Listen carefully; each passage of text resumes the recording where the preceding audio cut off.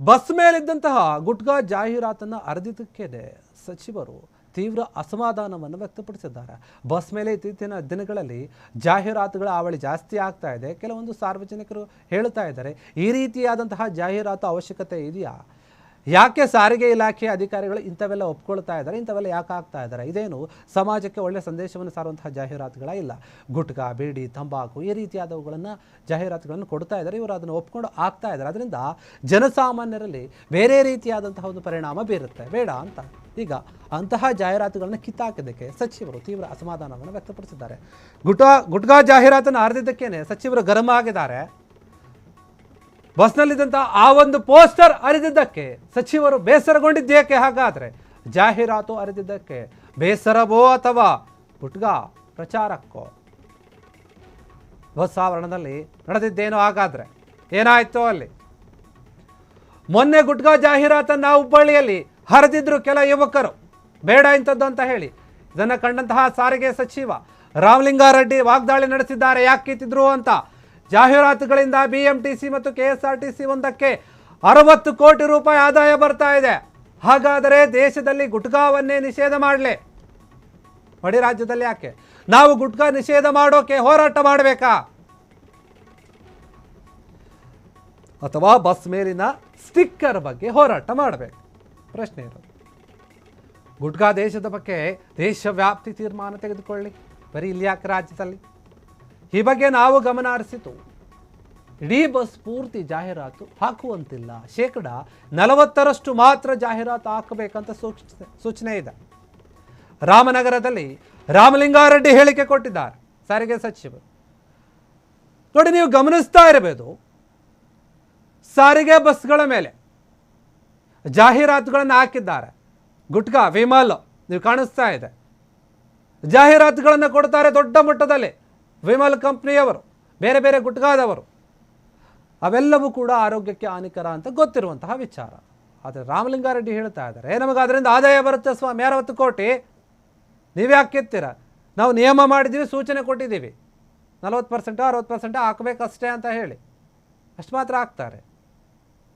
ಹಂಗೂ ನಿಮಗೆ ಅದನ್ನು ತಡಿಬೇಕು ಅನ್ನೋದಿದ್ರೆ, ನಿಷೇಧ ಮಾಡಬೇಕು ಅನ್ನೋದಿದ್ರೆ ಇಡೀ ದೇಶದಲ್ಲೆಲ್ಲ ಮಾಡಲಿ. ಅಂದರೆ ಇವರ ಮಾತಿನ ಅರ್ಥ ಏನು? ಕೇಂದ್ರ ಸರ್ಕಾರ ನಿರ್ಧಾರವನ್ನು ತೆಗೆದುಕೊಳ್ಳಿ, ನಮ್ಮನ್ನ ಯಾಕೆ ಮಾತಾಡ್ತಾ ಇದ್ದಾರೆ, ನಮ್ಮನ್ನ ಯಾಕೆ ಕೇಳ್ತಾ ಇದ್ದೀರಿ, ನಮಗೆ ಆದಾಯ ಬರುತ್ತೆ, ಅದರಿಂದ ಆದಾಯ ಬರುತ್ತೆ, ನಾವು ಅದಕ್ಕೋಸ್ಕರ ಮಾಡ್ತೀವಿ, ಹಾಕಿಸ್ತೀವಿ. BMTC ಮತ್ತು KSRTC ಯಾವ ಬಸ್ ಮೇಲಾದರೂ ನೋಡಿ ಒಂದಲ್ಲ ಒಂದು ರೀತಿಯ ಜಾಹೀರಾತುಗಳಿರುತ್ತೆ. ಸಿನಿಮಾದೋ, ಧಾರಾವಾಹಿದೋ, ಇನ್ನೊಂದು ಮತ್ತೊಂದು, ಈ ರೀತಿಯಾಗಿ ಗುಟ್ಕಾದೋ, ತಂಬಾಕಿಂದೋ ಎಲ್ಲನೂ ಇರುತ್ತೆ. ಕೆಲವರು ಅದನ್ನು ಪ್ರಶ್ನೆ ಮಾಡ್ತಾರೆ. ನಾವು ಗಮನಿಸಿದ್ವಿ, ಇದೇ ಜಾಹೀರಾತು ವಿಚಾರವಾಗಿ ಯಾರೋ ಒಬ್ಬರು ಸಾರ್ವಜನಿಕರು ಅಲ್ಲಿನ ಅಧಿಕಾರಿಗಳಿಗೆ ಫೋನ್ ಕರೆಯನ್ನು ಮಾಡಿ ತರಾಟೆಗೆ ತೆಗೆದುಕೊಳ್ತಾ ಇದ್ದಾರೆ ಪದೇ ಪದೇ ಕೆಲವೊಂದು ವಿಚಾರವಾಗಿ. ಆದ್ದರಿಂದ ಸಾರ್ವಜನಿಕ ವಲಯದಲ್ಲಿ ಆ ಸಾರ್ವಜನಿಕರ ಬಗ್ಗೆನೇ ಯಾರು ಕರೆ ಮಾಡಿದ್ರಲ್ಲ ಅವ್ರ ಬಗ್ಗೆ ಒಂದು ಒಳ್ಳೆಯ ಅಭಿಪ್ರಾಯ ಇದೆ. ಹೌದು, ಇವರು ಒಳ್ಳೆ ಕೆಲಸ ಮಾಡ್ತಾ ಇದ್ದಾರೆ, ಸರಿಯಾದ ರೀತಿಯಲ್ಲಿ ಮಾತನಾಡ್ತಾ ಇದ್ದಾರೆ ಅಂತ ಅಧಿಕಾರಿಗಳಿಗೆ.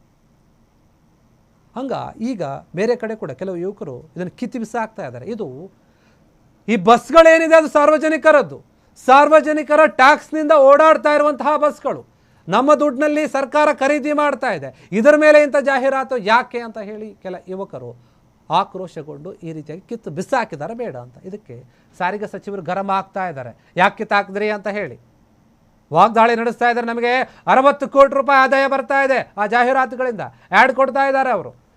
ದೇಶದಲ್ಲಿ ಎಲ್ಲೆಡೆ ನಿಷೇಧ ಮಾಡಲಿ, ಇಲ್ಲಂದ್ರೆ ಯಾಕೆ ನೀವು ಈ ರೀತಿಯಾಗಿ ಕಿತ್ತಾಕ್ತಾ ಇದ್ದೀರಾ, ಯಾಕೆ ವಿರೋಧವನ್ನು ವ್ಯಕ್ತಪಡಿಸ್ತಾ ಇದ್ದೀರಾ?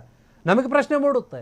ನಾವು ಈ ಪೋಸ್ಟರ್ಗಳ ವಿರುದ್ಧ ಹೋರಾಟ ಮಾಡಬೇಕು ಅಥವಾ ಸಾರಿಗೆ ಇಲಾಖೆಯ ವಿರುದ್ಧವ, ಅಧಿಕಾರಿಗಳ ವಿರುದ್ಧ ಗೊತ್ತಾಗ್ತಾ ಇಲ್ಲ. ಜನರು ಕೂಡ ಏನಪ್ಪ ಸರ್ಕಾರ ಈ ರೀತಿಯಾಗಿ ಮಾತನಾಡ್ತಾ ಇದೆ, ಇಂತಹ ಜಾಹೀರಾತನ್ನು ಯಾಕೆ ತೆಗೆದುಕೊಳ್ತಾರೆ ಅವರು? ಆದಾಯ ಬರುತ್ತೆ ಅಂದರೆ ಏನು ಬೇಕಾದರೂ ಹಾಕ್ತಾರ ಸ್ಟಿಕ್ಕರ್. ಹಾಗಾದರೆ ಸರ್ಕಾರದವ್ರಿಗೆ ಗಮನ ಇಲ್ವಾ? ಜನಸಾಮಾನ್ಯರಿಗೆ ಹೇಳ್ತೀರಾ ಕುಡಿಬೇಡ್ರಿ, ಸಿಗರೇಟ್ ಸೇದಬೇಡ್ರಿ, ಗುಟ್ಕಾಗಳನ್ನು ಹಾಕ್ಕೊಳ್ಳೋಕೆ ಹೋಗಬೇಡಿ, ಕ್ಯಾನ್ಸರ್ ಬರುತ್ತೆ, ಮತ್ತೊಂದು ಬರುತ್ತೆ, ಇನ್ನೊಂದು ರೋಗಗಳು ಬರುತ್ತೆ ಅಂತ ಹೇಳೋದು ನೀವೇ, ಮಾರಾಟಕ್ಕೆ ಪರ್ಮಿಷನ್ ಕೊಡೋದು ನೀವೇ, ಜನ ಪ್ರಶ್ನೆ ಮಾಡಿದಾಗ ಅವ್ರನ್ನ ಬೈಯೋದು ನೀವೇ, ಕೋಪ ಮಾಡ್ಕೊಳ್ಳೋದು ನೀವೇ. ಏನಿದ್ರ ಅರ್ಥ? ಒಂದು ಕಡೆ ರೀ, ಎಲ್ಲದಕ್ಕೂ ಕೂಡ ಕೇಂದ್ರ ಸರ್ಕಾರದ ವಿರುದ್ಧವಾಗಿ ಕೈ ಮಾಡಿ ತೋರಿಸೋದಲ್ಲ. ನಿಮ್ಮದು ಕೂಡ ಏನಾದರೂ ಪಾತ್ರ ಇದ್ದೇ ಇರುತ್ತೆ. ಇದು ರಾಜಕೀಯದ ವಿಚಾರ ಅಲ್ಲ, ಜನರಿಗೆ ಸಂಬಂಧಪಟ್ಟಂತಹ ವಿಚಾರ, ಸಾರ್ವಜನಿಕರ ಒಂದು ಹಿತಾಸಕ್ತಿಗಾಗಿ ತೆಗೆದುಕೊಳ್ಬೇಕಾದಂತಹ ಒಂದು ನಿರ್ಧಾರ. ಪ್ರಮೋಷನ್ ಮಾಡ್ತಾ ಇದ್ದೀರಾ ನೀವು ಒಂದು ಕಡೆ, ಇನ್ನೊಂದು ಕಡೆ ಬೇಡ ಅಂತ ಹೇಳ್ತಾ ಇದ್ದೀರಾ.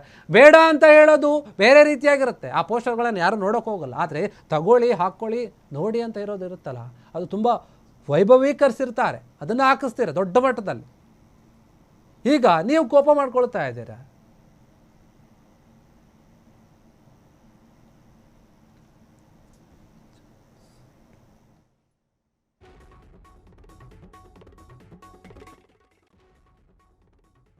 ಕ್ಷಣ ಕ್ಷಣದ ಸುದ್ದಿಗಳಿಗಾಗಿ ಫ್ರೀಡಂ ಟಿವಿ ಸಬ್ಸ್ಕ್ರೈಬ್ ಮಾಡಿ, ಲೈಕ್ ಮಾಡಿ ಹಾಗೂ ಫಾಲೋ ಮಾಡಿ.